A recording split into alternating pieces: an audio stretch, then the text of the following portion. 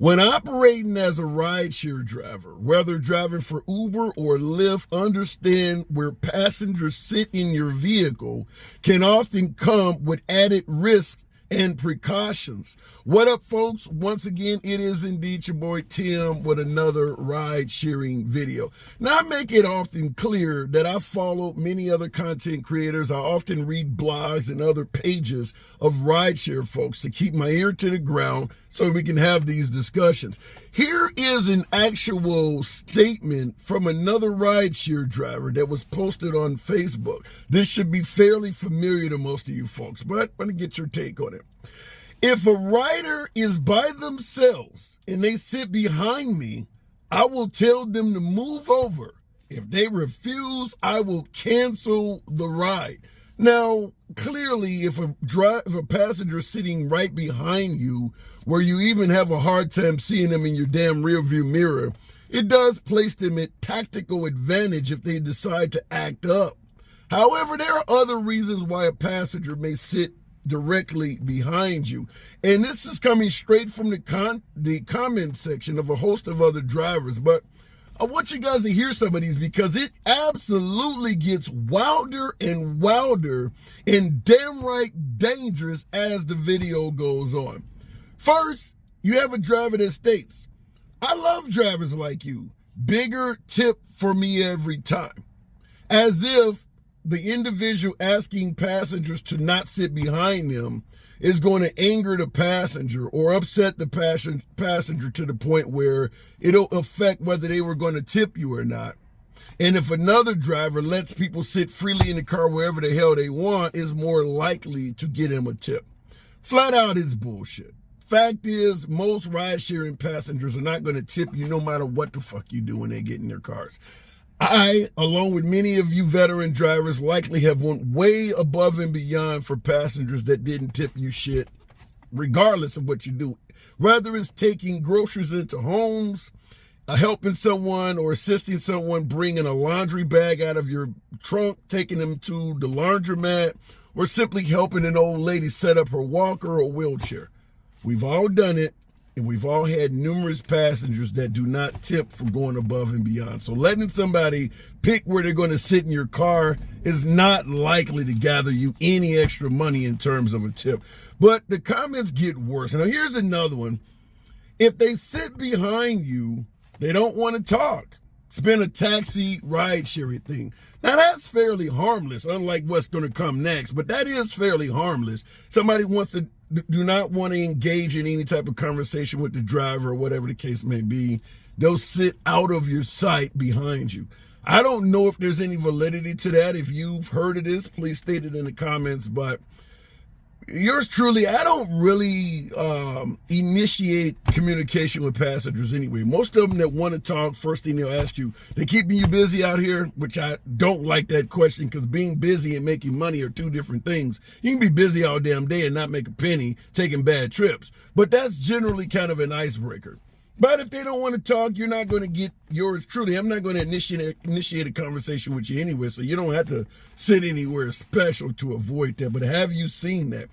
But notice in that same comment, or better yet, in the one that's coming up, is what I want you to notice. Now, somebody sitting behind you, no big deal. Somebody claiming they'll get extra tips, whatever. But in the comments, me too. I don't even let them open that door.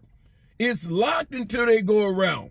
Someone tried to stab me through the seat years ago when I was a super shuttle driver. Now, obviously, super shuttle drivers not driving in ride sharing, but clearly if somebody tried to stab you through the fucking seat, you're going to have PTSD anytime you have strangers in your vehicle. I don't think I would want to be a rideshare driver again if somebody tried to stab me through the back seat. But as I always talk about, keep your defensive tools on you. What do I say? Mace, something to slice or poke with up to and including a firearm.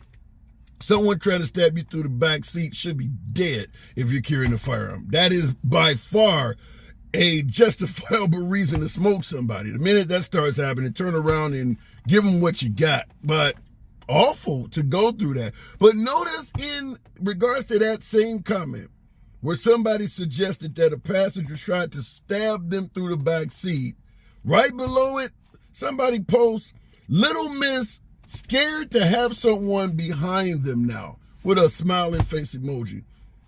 I don't see any issue with somebody having a concern with a stranger sitting directly behind them. Little miss scared to have somebody sitting behind them. I mean, I think that's pretty insensitive to make that comment. There's a lot of legitimate reasons in ride sharing to be concerned about where your passengers are sitting in your vehicle, because a lot of us do get beaten, up to and including loss of life. Drivers have been raped. This shit does happen. But here is the worst one of all. I told you when we get dark, here's one of the worst ones of all. And the reason why it's so bad is because this is some shit that could happen to anyone. In fact, I had to deal with something like this myself back in my taxi days. On my just 19th Uber ride ever, I had a passenger whom was sitting directly behind me ask me if I was any bit concerned with how easily he could choke me with his belt.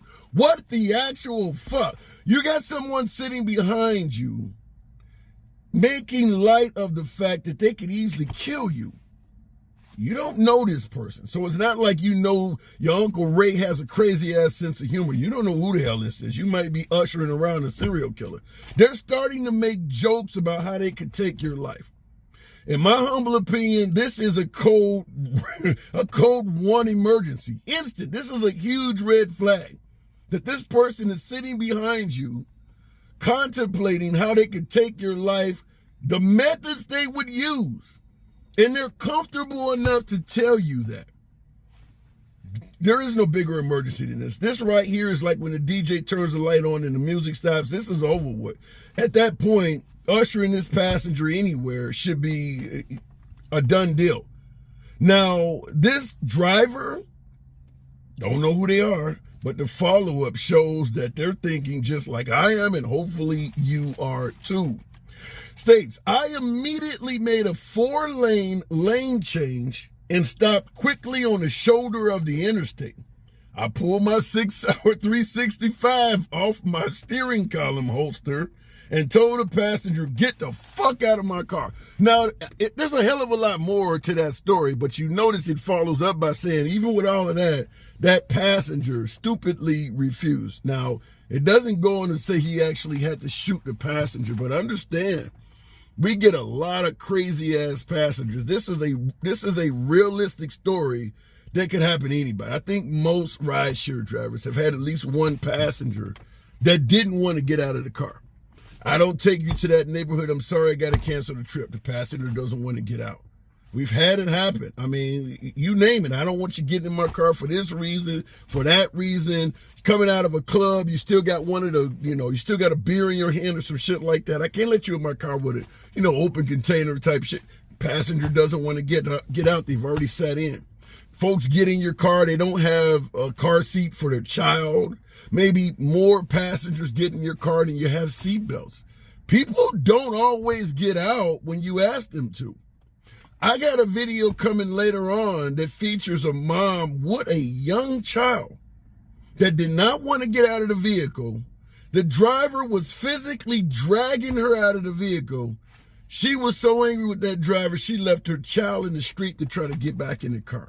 People do wild shit, and that's caught on video in the middle of heavy traffic. Folks want to demand you do things for them, whether you want to or not.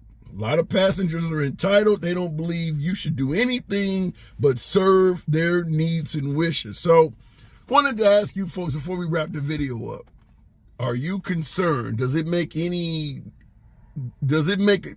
issue at all with you where people sit in your vehicle? Do you make folks sit in certain locations and ban other parts of the vehicle? I don't like folks sitting up front with me. Flat out, I'll deliberately put a bunch of shit in my vehicle. Maybe when I'm having lunch, I'll make sure the food's sitting there on the front seat, throw my jacket over the front seat.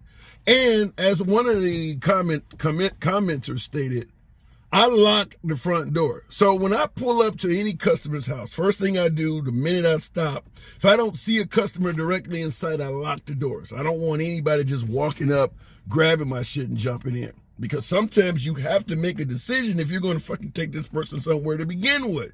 You're not getting in my car with a St. Bernard. I don't care what the laws say. If I see you with a St. Bernard, I'm canceling the trip. We can talk to Uber about how my engine light came on or my spouse called me or something to give me an excuse why I needed to leave. But you're not getting in my car under certain circumstances, and that is one. So I lock all the doors first. Then I can go ahead and unlock whatever door I want you to get in and guide you to it. All the rest of them are locked, so you're not going to walk up and grab shit. And I encourage all of you folks, when you show up to pick up customers, lock your doors. Because it is very common for people you never intended to get in your car to unlock the door. You go to a club where there's a line of people waiting for an Uber, or an airport or concert or something like that. People sometimes think that if they jump in your car, even though it's not meant for them, because theirs is still going to take an hour away because they're in queue somewhere, I can convince this person to take the trip. Folks do it all the time. And it works if they offer me some damn money, but that's a whole nother video. What about folks sitting in your car, though? Does where they sit matter? Let your boy know in the comments. Certainly if it's a safety concern. A lot of new drivers, prospective drivers getting in the game watching these videos. Perhaps there's something in it for them to learn as well. It's your boy Tim. Smash that like button. Subscribe to the channel. And I'll see you in the next one.